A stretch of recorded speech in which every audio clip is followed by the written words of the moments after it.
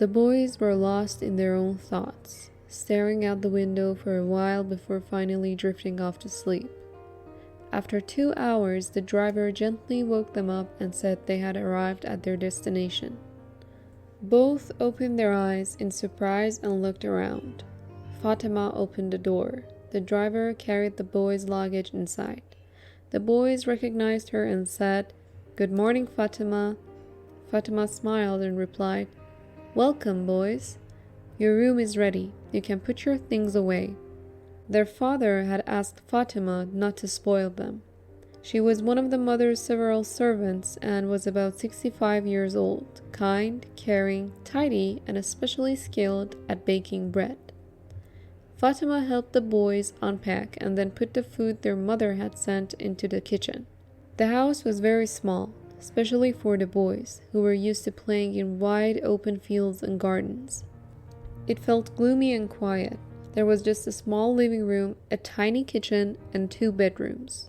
The larger room was for the boys, and the smaller one for Fatima. In the boys' room were 2 beds, 2 nightstands, 2 desks, 2 chairs, and 2 wardrobes. Asad, who was a few months older than Muhammad, always felt responsible like an older brother. He said, "Let's unpack our suitcase and get things organized. We start school tomorrow."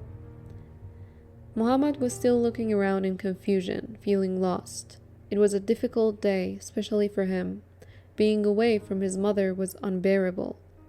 Fatima entered with a plate of cookies and 2 glasses of milk and said, "Boys, lunch will be ready soon." Asad smiled and said, "Thanks, Fatima." Muhammad tried to keep himself busy, but his mind was still with his mother and their village. Asad said softly, "Did you know that ever since you were born, we always shared the same cradle? Sometimes you slept in mine and sometimes I slept in yours." Muhammad replied quietly, "Yeah, I heard something like that from my mother." Asad continued, "You know I've always looked out for you, right?" Muhammad smiled gently and said, "I'm okay, Asad, don't worry."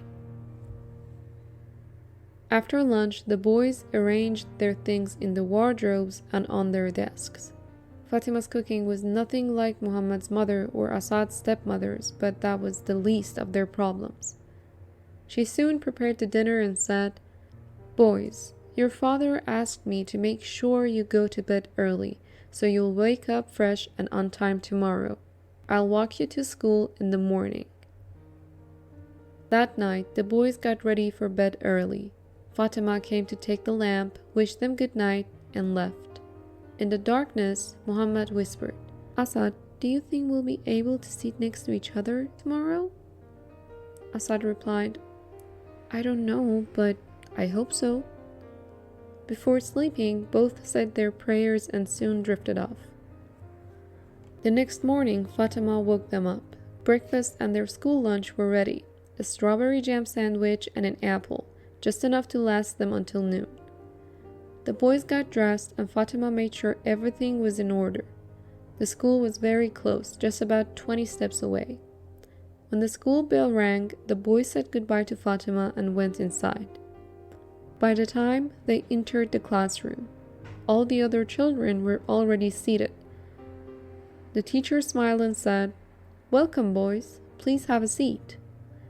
There were only 2 empty chairs left.